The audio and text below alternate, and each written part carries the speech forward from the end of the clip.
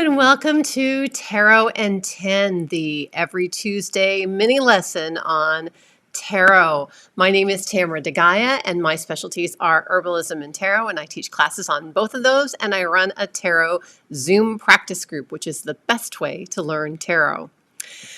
The winning vote for today's lesson was Beginner's Guide to Tarot, which is a great idea for a lesson because, of course, in 10 minutes, I can give you a little synopsis of what I think the best things are to know as you are beginning to learn tarot. And first of all, if you're just a beginner to tarot, I welcome you to the tarot community.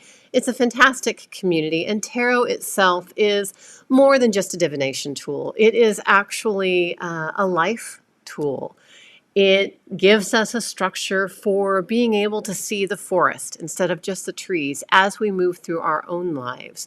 It's a wonderful tool for spiritual growth and development, as well as for divination, which was one of its purposes as it's moved through history. Of course, it began as playing cards, but that's for another lesson.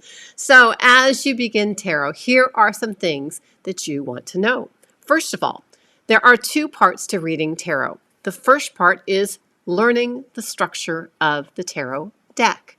Now, this includes things like the keywords for the cards, what the numbers mean, 1 through 9. If you can learn just 1 through 9 for tarot, that's very helpful. What the element or the suit means, I'm going to go through those really, really quickly. Where the card is in the sequence of events for the suit. Is it number 1, number 2, number 3? What comes next? What came before? And as we lay out a spread, that can kind of help us to see, what might be coming next and what has come before. The court cards, the personality and continuum of traits, we'll talk about that in a moment. The position and it's the meaning in the spread, and reversals. All of those are what I consider the structure of the tarot. Now, it takes a while to learn those. Don't feel overwhelmed and, oh my gosh, I need to know this tomorrow. You don't need to know this tomorrow. Learning these things takes time, so don't pressure yourself. What I want to make a point of is that the foundation, this is the foundation, it's important, yes. The other part of learning tarot is your intuition, and you can see how I put that right over the foundation, because think about the foundation as the structure of your house. You have to have the scaffolding, you have to have the walls put in, but your intuition is like your interior decorating. It's what makes it interesting and what makes it personal, and that's what we bring to tarot. So there are two parts that are equally important to have a meaningful tarot reading. I'll come back to that.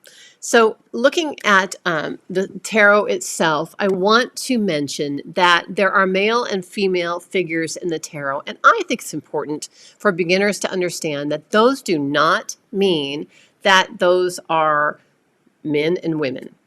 It just doesn't work that way.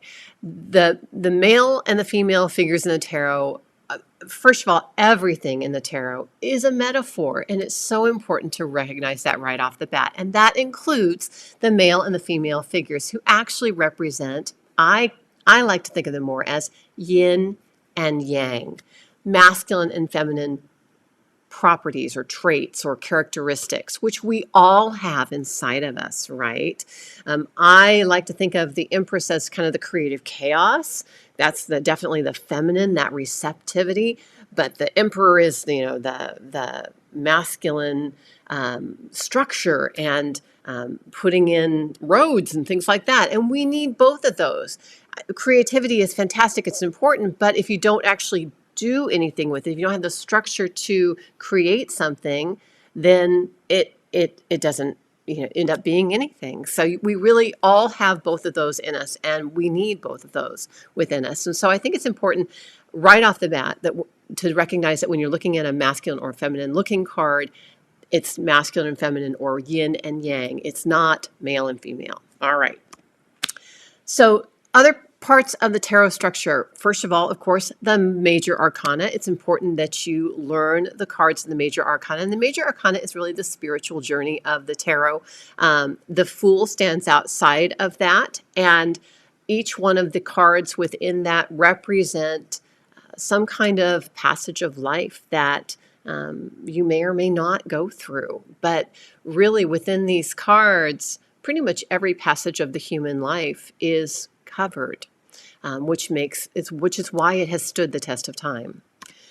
Then there is the minor arcana, and the minor arcana is made up of 4 suits: swords, cups, wands, and pentacles. In most decks, including the Rider-Waite-Smith and all the decks, most of the decks, since the Rider-Waite-Smith have been based on the Rider-Waite-Smith, but some have varied. So for most decks, swords represent air, which represents our mental thoughts, our communication with other people, our ethics. Cups represent water, or our emotions, our relationships with other people, how we feel about things, our intuition. Wands, think about wands like Harry Potter. What's a wand for? It's to make things happen, right? It's all well and good to have a thought about something, an idea, to feel strongly about it, but if you don't actually do anything about it, then it ends up not being relevant in the world, right? And so wands are action. It's all about the actions that we take and our will for moving forward. And pentacles are about the final result, what actually happened in the end. What's here are my clothes, my house, my money, my job. Those are things in the physical world that we deal with, and that's what the suits represent. Now, in the suits, there are numbers 1 through 10, and so it's really about a progression from the beginning to the end of a cycle in those elements, basically. So 1, of course, is the beginning. Think of like 1 is a dot, a seed, the conception. It's the very beginning. And so the beginning of swords, the beginning of air, might be an idea. You have an idea about something that is making you think about things in a different way. Okay, so and all through that takes time to learn, but that's basically how that's structured. The other part of the suits are, of course, the court cards. And the court cards, when you're beginning tarot, I'll tell you right off the bat, if you're frustrated with learning the court cards, you are not alone. That tends to be the most challenging for most people, are the court cards. And I think it's because they really are the people or the personalities of the tarot. And so it's very helpful as a beginner if you start to just learn what kind of a personality a page is, what kind of a personality a knight is, a king, a queen, and then try to relate that to the suit that they're in. It takes time, but that's just a kind of a little overview of how that works. An easy way to start thinking and learning about the courts is to start thinking about the people that you meet and your own self and your own family in relationship to a court card. So, for example, when I'm working on my business, I am the Queen of Wands. I get stuff done, right? But in my household, pretty much all the other times, I'm the Queen of Pentacles. I love to piddle around the house. I love to cook things, bake things, to make my house pretty, organized.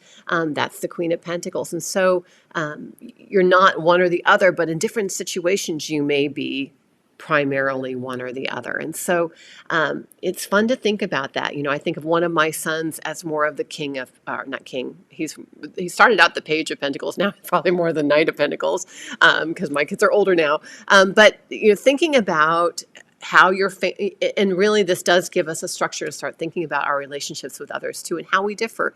If you're familiar with the Myers-Briggs, there have been people who've actually done the Myers-Briggs in relationship to the court cards, which is kind of interesting to think about it that way.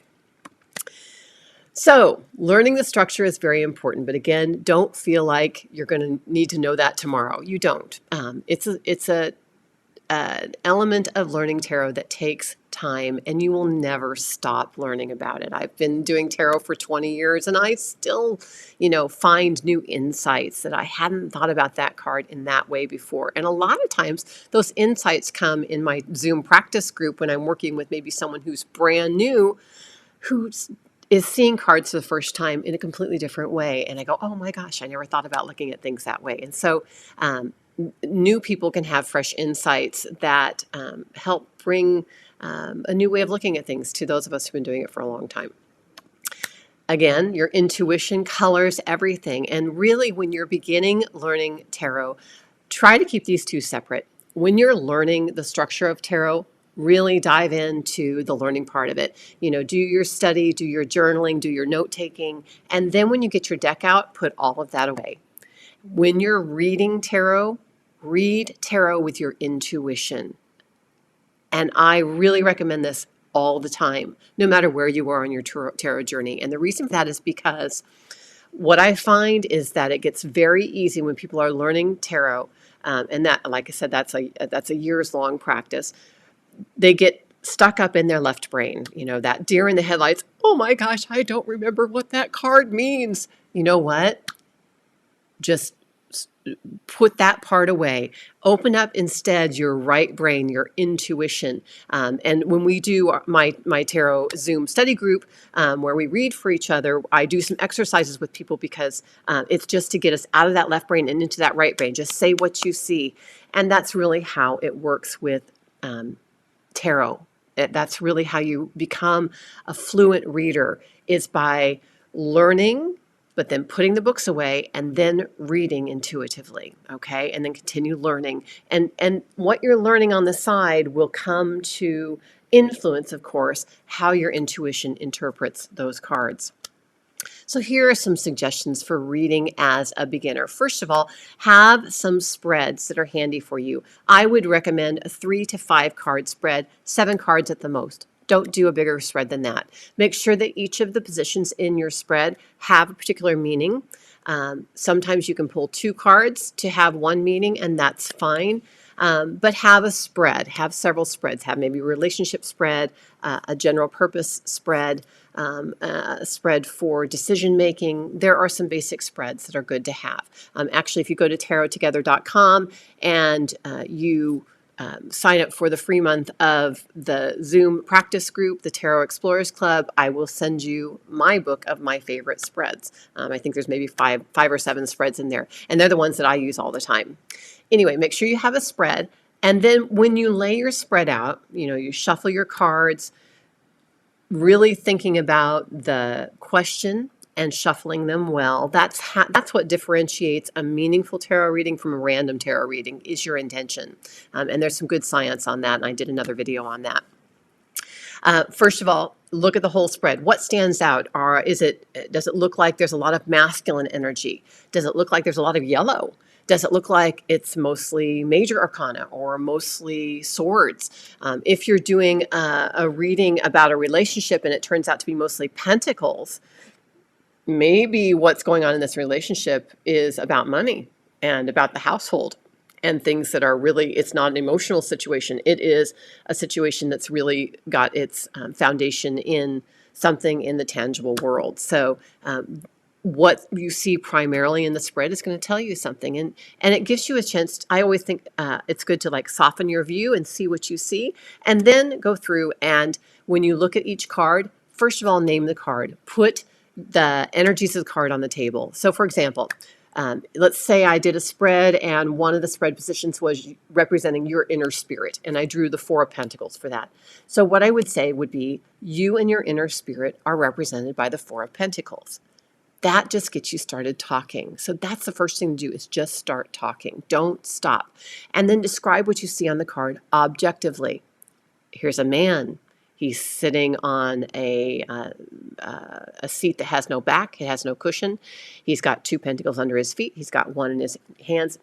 You get the idea. Describe it objectively. And then start adding subjective observations. And what's going to happen as you start just talking about the card objectively, I almost guarantee you that you're going to get some pings of intuition. So, oh, it looks like this man on this card is separate from his city. He's not in his city. He's maybe isolated from his community. You see how that brings that looking at that card maybe brings something that's relevant to the seeker's life.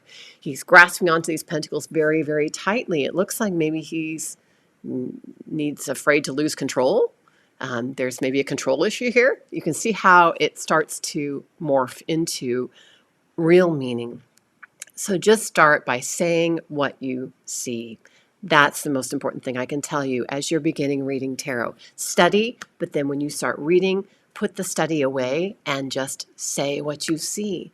And then you can go back and check it up and check your resources and see if that indeed made sense in relation to what other people had to say about tarot. But trust your instincts. All right, that's all I've got for today in this lesson. Don't forget to check out tarottogether.com, where I've got Tarot Explorers Club, where we do tarot lessons plus Zoom practice 4 times a month. It's a great group and a great way to learn tarot. The best way to learn tarot is to do tarot, practice tarot. So I hope this was helpful. May all your life be luminous.